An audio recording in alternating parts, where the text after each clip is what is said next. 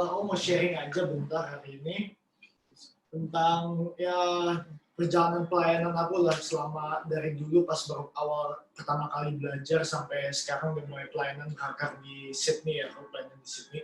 Ya dari yang Mami juga bilang minggu lalu kan dulu awal-awal kita belajar juga kan ada ya Mami juga sempat maksa lah intinya lah ya, maksa biar tekunin belajar musiknya. Dia bilang pilih satu aja, pilih satu instrumen dulu, fokusin. Dulu tuh aku fokusinnya kebetulan di drum, dan awal-awal di belajar drum sih emang dulu ada keinginan untuk melayani. Tadinya mau awalnya tuh pelayanan di gereja di Jakarta. Udah sempat pelayanan berapa kali di gereja Jakarta, cuma kayak nggak sempat sampai berakar gitu lah intinya. Nggak serius gitu, cuma kayak sekali dua kali doang. Mungkin gara-gara waktu schedule-nya ada konflik sama tugas-tugas lain atau mungkin yang lain juga. Dulu juga mungkin belum bisa komit lah intinya sama pelayanan. Dan setelah itu sih cuma skillnya cuma pakai buat ya main-main di band sekolah gitu-gitu segala, buat lagu-lagu sekuler. Tapi keinginan buat pelayanan ya masih ada intinya. Abis itu setelah itu tuh sebelum akhir tahun 2016, so kan lagi planning mau nyari uni kan, mau planning uni kemana. Pertamanya tuh awalnya tuh mau emang perginya tuh ke Kanada atau ke US kan, emang semua udah agree segala karena Kanada ada saudara juga. Tapi ternyata tiba-tiba nggak tahu dari mana sih Tuhan juga tiba-tiba belokan jalan jadi ke Aussie, akhirnya ke Sydney. Jadi akhirnya ke Sydney. Ya itu sesuatu yang juga shock juga dulu buat Mami dan Papi juga. Mereka juga bingung kenapa dari Kanada bisa tiba-tiba jauh ke Sydney. Dan setelah itu pas dia nyampe Sydney tuh, sebelum nyampe Sydney tuh beberapa minggu sebelumnya Mami tuh udah nyari-nyari gereja di sana, nyari-nyari gereja untuk buat aku berakar lah, gereja Indo di sana biar aku bisa setiap minggu ke sana segala, ada komunitas. Dan pas nyampe sana, gereja itu hari Sabtu, kita Sabtu pertama hari satu langsung ke sana bareng Mami juga berjualan ke sana. Dan akhirnya di sana udah ngobrol-ngobrol sama orang gereja gitu segala. Kebetulan juga mereka tuh di sana drummernya tuh juga temporary lah, cuma sementara doang karena drummernya tuh dia di pelayanan di dua gereja, dia tuh nggak bisa bolak-balik gitu. Jadi setiap minggu kadang-kadang tuh bisa nggak ada drummer juga di gerejanya. Ya kebetulan tuh ya maksudnya perfect timing aja lah buat itu. Jadi kita, ya aku udah ngomongin, ya aku ajuin aja sendiri kayak lo bisa main drum ini, maksudnya ini satu-satunya instrumen yang menurut aku udah confident enough lah kalau buat main buat pelayanan itu segala. Akhirnya nggak lama aku dijadiin drummer utama, dan dari situ tuh dari pelayanan itu juga bisa dibilang juga mengubah hidup juga sih. Dalam perspektif yang pertama tuh, pertama ada komunitas di dalam gereja, kedua tuh juga skill. Ini kan juga, ini pertama kali aku main di band setiap minggu gitu juga sama worship leader gitu segala, diajarin lagi dia cara main bareng-bareng band segala gitu segala biar ada alurnya. Dan aku juga diajarin cara hati melayani juga, dimana banyak orang yang melayani Tuhan, apalagi yang di depan panggung, maupun itu dancer atau musisi semua, banyak yang ngambil kreditnya tuh, ambil pujiannya tuh, yang biasa pujian tuh buat diri sendiri, yang sebenarnya itu semua buat Tuhan juga, kembalikan kita ke Tuhan. Dan di sana juga dari pelayanan tuh, menurut aku tuh itu udah next step dalam relationship sama Tuhan. Kalau dari dulu yang aku sebelum pelayanan kan itu cuma biasa berdoa doang, baca Alkitab itu cuma sesuai komunikasi doang.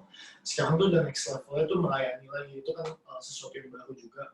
Dan dari situ tuh Tuhan juga ngajarin banyak gitu, dari mengandalkan Tuhan lebih lagi, dan ya basically itu doang sih. Habis itu juga awal-awalnya juga mau mention, awal-awalnya sih yang ada stres sih, jadi tuh banyak Tuhan yang ngajarin tuh kayak pertama kali main drum buat band tuh kayak lumayan ada frustrasi juga, harus dites kesabaran gitu segala, karena kan itu pertama kali main di environment baru juga, apalagi main di depan-depan orang yang gak kenal gitu segala. Tapi ya dengan itu ya proses juga sih intinya. Sekarang udah dari pelayanan musik udah dikasih responsibility buat yang lain-lain juga. Kayak kemarin sempat ada conference buat sekolah minggu, disuruh bantu-bantuin juga dari situ juga. Jadi intinya kalau setelah yang pelayanan ini lebih ngandelin Tuhan tuh ya. Oke. Ya, itu kesaksian dari Oswell ya.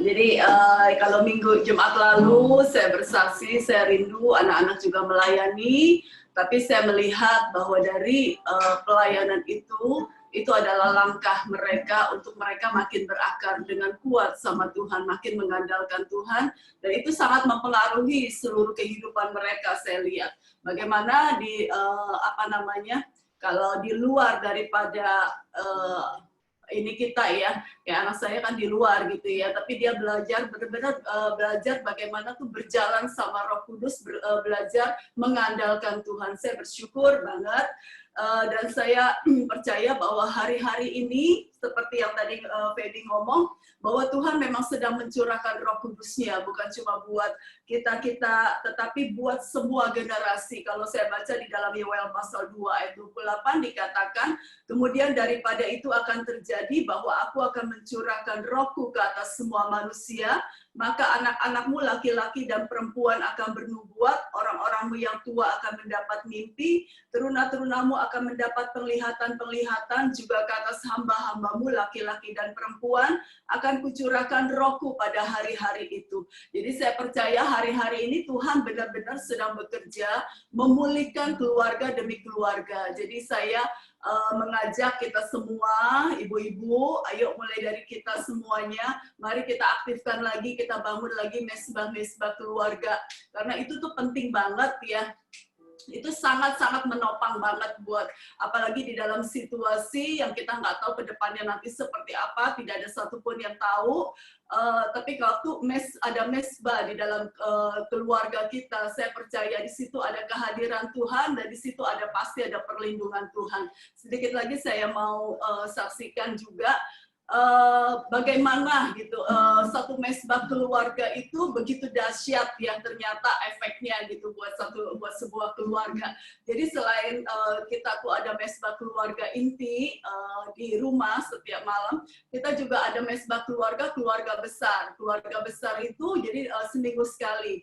Jadi dua minggu yang lalu kami satu keluarga besar dari keluarga saya, kami berkumpul begini nih via Zoom seperti ini. Kami berkumpul via Zoom di hari Sabtu itu.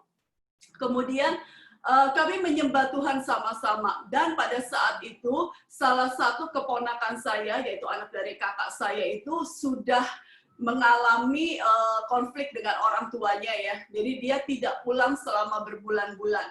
Selama lebih daripada 4 bulan dia tidak pulang, dia blok semua WA orang tuanya, dia nggak mau ketemu, dia marah dan sebagainya.